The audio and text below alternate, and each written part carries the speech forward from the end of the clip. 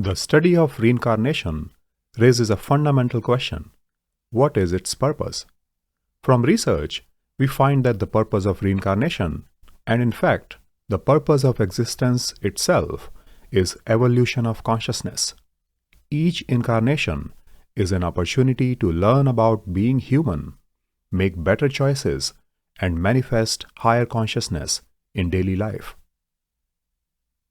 A breakthrough in understanding spiritual evolution came from the research by Dr. David Hawkins, an internationally renowned spiritual teacher, psychiatrist, and lecturer.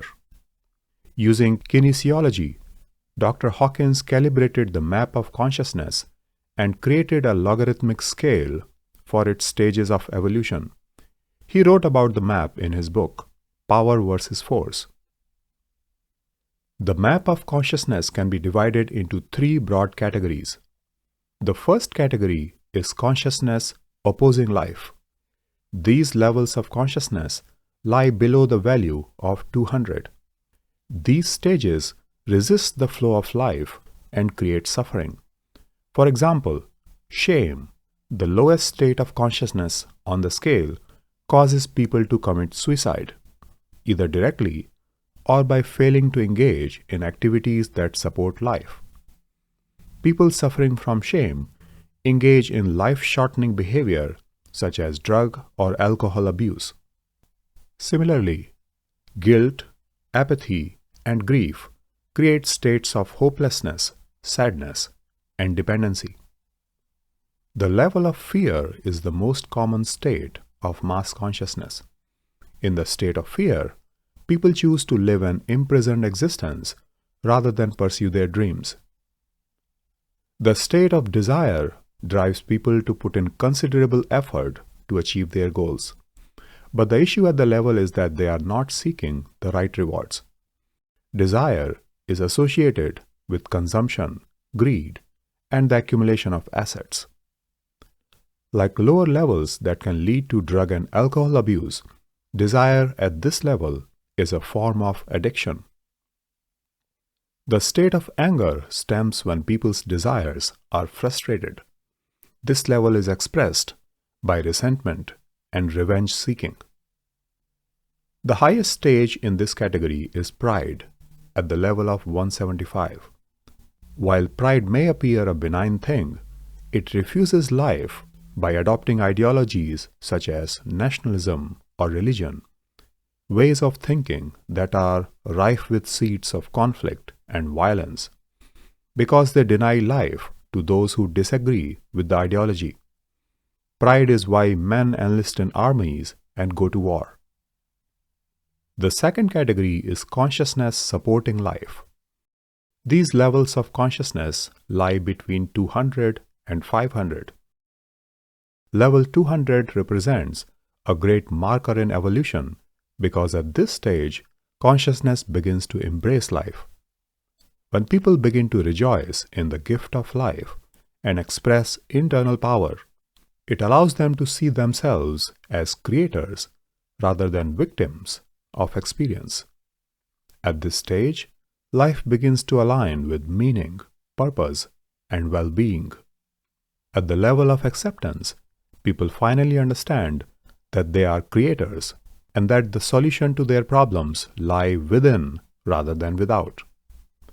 At the level of reason, rational thought takes precedence over emotions, and there is an increased capacity for knowledge, education, and understanding.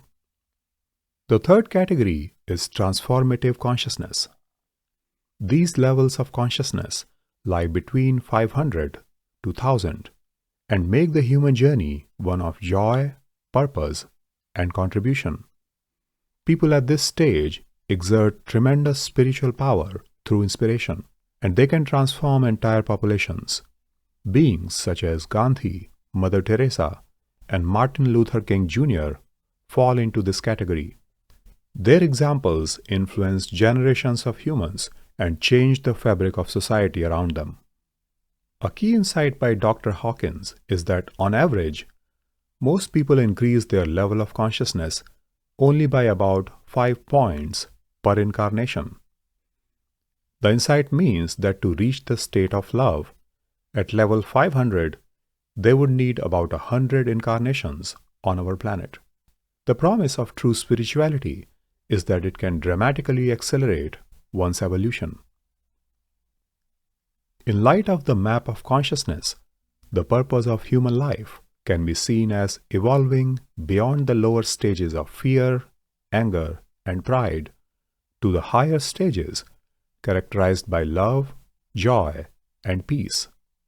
At higher stages of consciousness, human existence is seen as a gift. Further, the experience of harmony and peace does not depend on external conditions of life. How does one evolve through these stages? The answer is by examining one's choices and by aligning them with love. When your choices are aligned with love, they automatically lead to harmony and joy.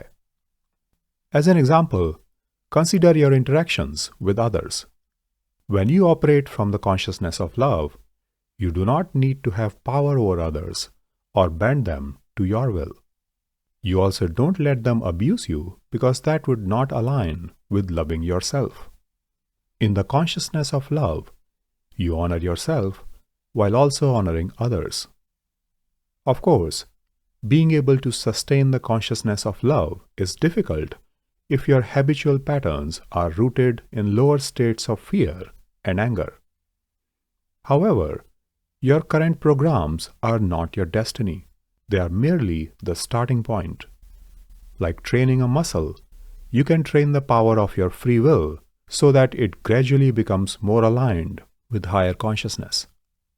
I hope the ideas presented in this video help you live a more joyous and harmonious life.